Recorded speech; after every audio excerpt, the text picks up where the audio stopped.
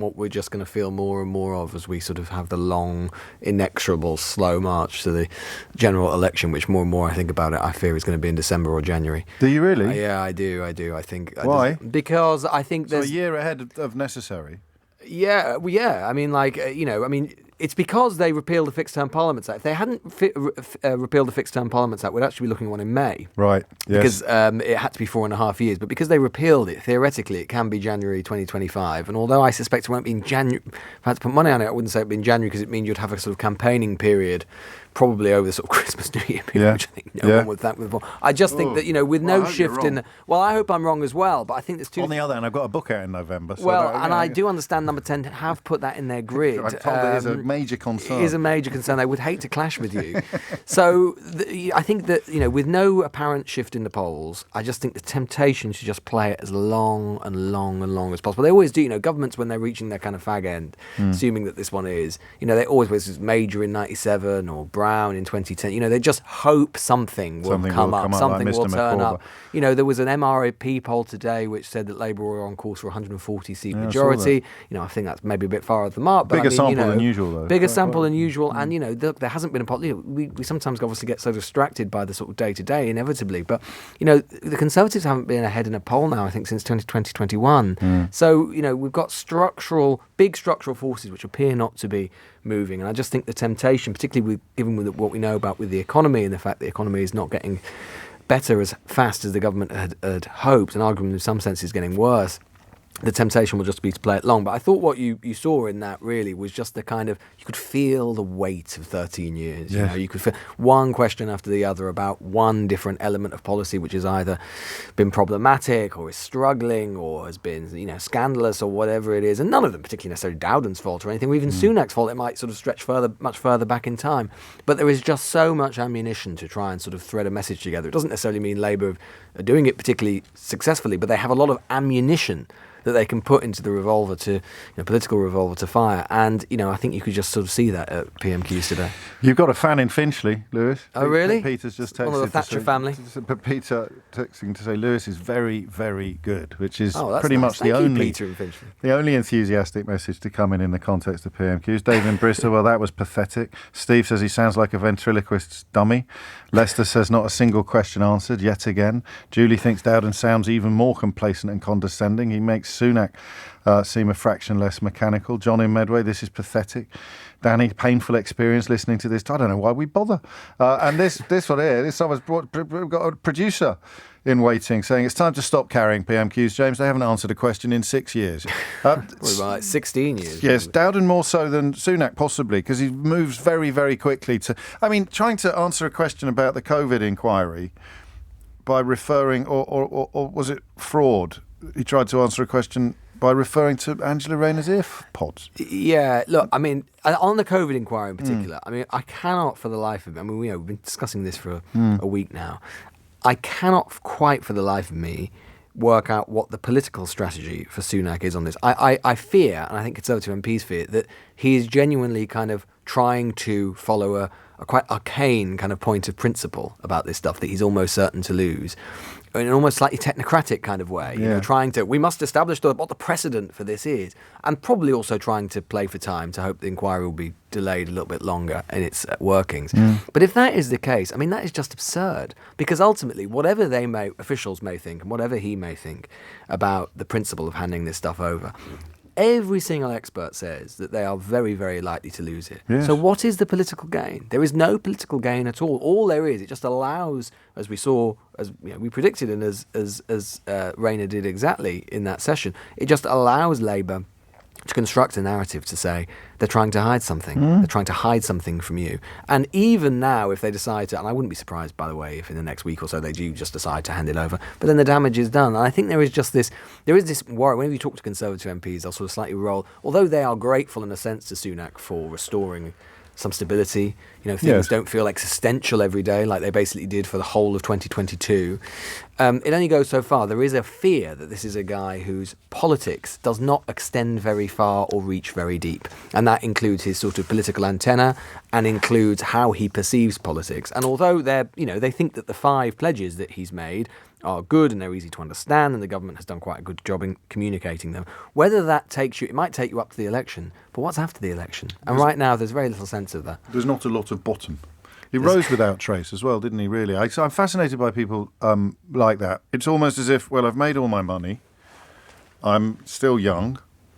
The obvious path for me to go down now is politics, which doesn't speak of a passionate policy core, does it? Yeah, look, I think a lot of the Sunak premiership and a lot of the election will basically come down to this. It's a very modern thing about vibes.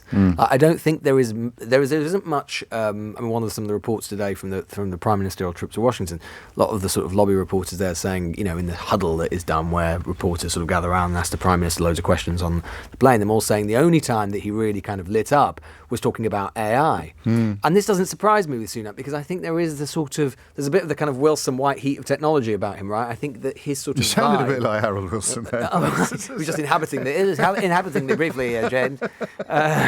Pound in your pocket. Yeah, he That's has what a little turns him bit on. Yeah, exactly. Not Harold Wilson, but the technology and the sort of technological argument. And he is this kind of, Silicon Valley, Pasadena kind of California guy at heart, I think. And, I think one of the great questions, and again, Conservative MPs asked this a lot, Brexit, why did he back Brexit? Yes. What is it? Because on so many levels, there is so much about him. You could sort of see him far more in the kind of Cameroon Tory. Yes. In many ways, he is in that, and yet there is this slight oddity about him. Why did he back Brexit?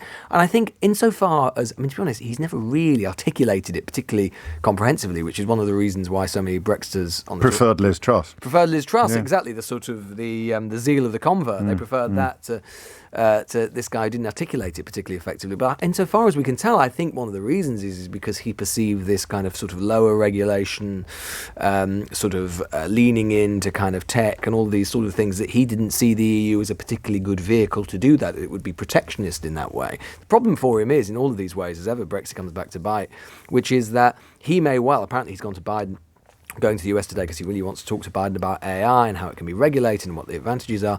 But of course, and Britain is a leader in AI. But the problem is, of course, it's sandwiched as we are now between these two big regulatory blocks, the EU on the one hand, America on the other, and to some extent China from a distance as well. It's much harder for the UK to exert much influence. You're not allowed to say that in the Conservative Party, though, are you, really? Exactly, he can't Raphael say that. Bear's written a very good column about it this morning, which touches on the friendship is not the same as influence. It's a bald strategic fact that Brexit makes a British Prime Minister less useful to Washington. Which is one of the reasons the US opposed it at the time under Obama, because we were always that sort of conduit into Brussels, and now the Germans are, to some extent the French are, all the Americans just have less influence, full stop. There's a tension as well between the personal and the political here, isn't there? Because if he did secure some sort of meaningful cooperation on AI regulation and could cast the UK as having taken a leading role, unlikely though that is, it's not going to win many votes in Wigan on a wet Thursday night, is it? And again, that goes back to the point I was saying about kind of what is the Sunak vision? Yes. What is beyond sort of steadying the ship, beyond getting those 5 pretty narrow, some of them more ambitious than others, but nonetheless in their own way, narrow kind of technocratic things to make the state work a bit better than it has done? What is, because the next government will be taking us into the 2030s, assuming the Parliament survives that long, 2029, 2030. God, yeah. So, there has got to be some kind of, on both sides, there has got to be some sense of where the hell this country is going. And as I say, most Conservative MPs fear that the guy, although he's very industrious, hard-working, that, in many ways he's more decent than some of those who've come before, although perhaps the bar is quite low, that it doesn't go, in terms of the politics, much further than that. I should clarify, I misunderstood you earlier when you said December. I thought you meant this December. Oh, no, December I realised 24. what you were talking about. A couple of my texters remain confused. Oh, sorry, no. Although December 24. Still, I'm getting quite annoyed. It's funny and tongue-in-cheek when I read out one complimentary text for Lewis Goodall, but if that then prompts a flurry of them, then the ego of the presenter is such that it becomes slightly irritating. All those newsagents fans, James, they're a very loyal bunch. Really enjoy Lewis Goodall, lovely radio voice and such a clever presenter. What am I, chopped liver? And Carol, that husk of yours. Carol in Basingstoke says, more of Lewis Goodall, please. Could you ask him to do a Russian accent? Do you do accents a lot on newsagents? I do a few accents. I might avoid doing the Russian one. I went to see this new play about Putin last night, and I'm a bit worried about doing Russian accents. Is that the one with Tom Hollander in? Yeah, I think I'm going to see that tomorrow night. I can't wait, actually. Did you go as well? I think the producer... Is it brilliant? The producer went last night as well. Yeah, it's very good. Are we done? Is there anything? Well, the Mari Black's always fun, isn't she? She's very good. The other thing I thought was, again, we were talking about before, is about this Just Stop Oil thing. And again, Dowden mentioned it a lot, and you've seen Greg Hands, the Tory party chairman.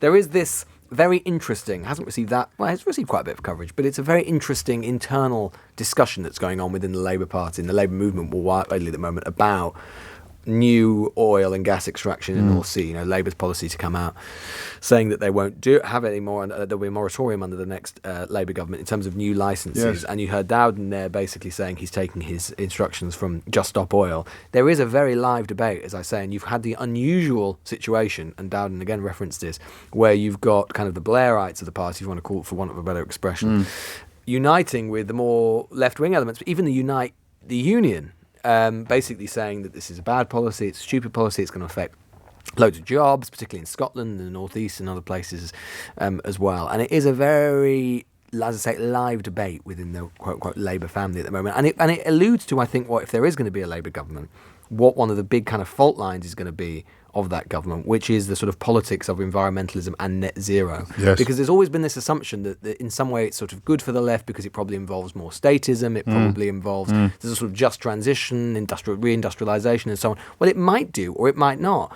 I mean, Macron has just had a report given to him in the last week, which basically says there is a huge danger in for lower income families and households in particular, that if there isn't the right sort of government support and the right kind of government spending, that you phase out gas boilers, you phase out all sorts of kind of low fossil fuels and so on, that in many ways are cheap, and you don't replace them properly with green energy and green investment, then you end up in a situation where the process or the transition to net zero is deeply unequal.